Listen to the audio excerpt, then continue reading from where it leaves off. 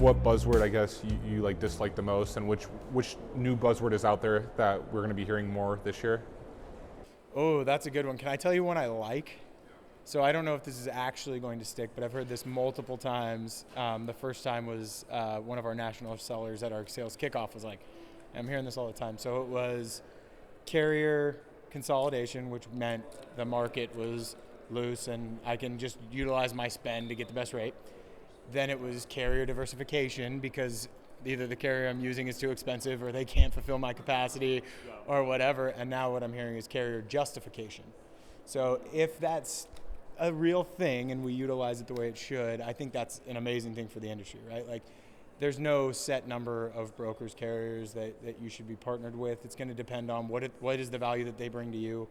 This idea of how customers are changing their bid or procurement philosophy now versus before.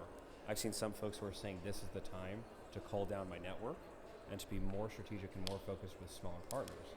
And I've seen other folks said these are the folks who did not show up as a true partner for the last 2 years.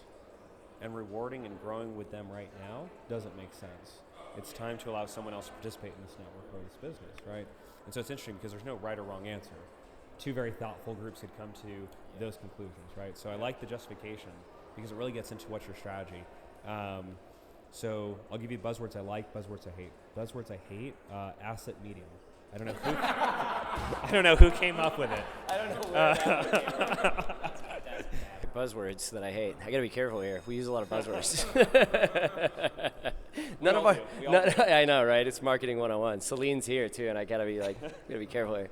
One of the things that I when I first came to green screens, and really this has been the last few years in freight, I think it's starting to taper off because I think you're starting to see the people that pitched this kind of not die away, but either change their messaging or change their technology or pivot away from what they were trying to do. But everybody for a couple of years was talking about like digitalizing freight or digitizing freight. It's like, yeah, right? Like digital, we've been on computers, people, for 30 years, right? Like digital is just such a weird word, right? It's just getting everything onto computer systems and data systems, right? But it doesn't really mean much. People are getting more savvy with tech, right, in our industry, and there's more players and there's more real players out there that are providing real value to customers.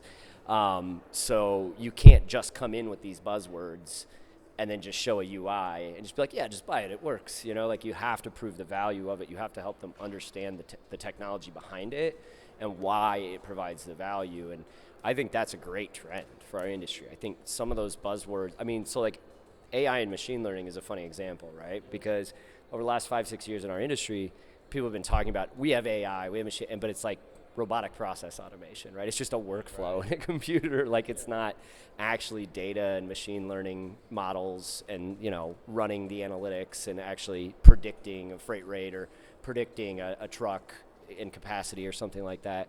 And we've moved away from that, right? That's the one thing we always say to people, like it's real AI. We have 17 AI and machine learning developers. People are starting to take more notice of tech and be more tech savvy. And so I think that's the buzzwords themselves are starting to play a little less with people because they're like, okay, great, I've heard it. Now let's get down to brass tacks, right? Show me what it is. Yeah, to your point, what's interesting, I was talking to Hunter Yaw today. He's the CEO of LogRock, and they do compliance for trucking companies. And he was telling me, he was like I want to buy information that tells me the fleet owner's age, because what they realize at LogRock is that if the fleet owner of a trucking company was under 40 years old, the likelihood of them actually getting the door with LogRock was 4 times greater than someone that was 40 years old. Therefore, it shows how the younger, us, we're all relatively young.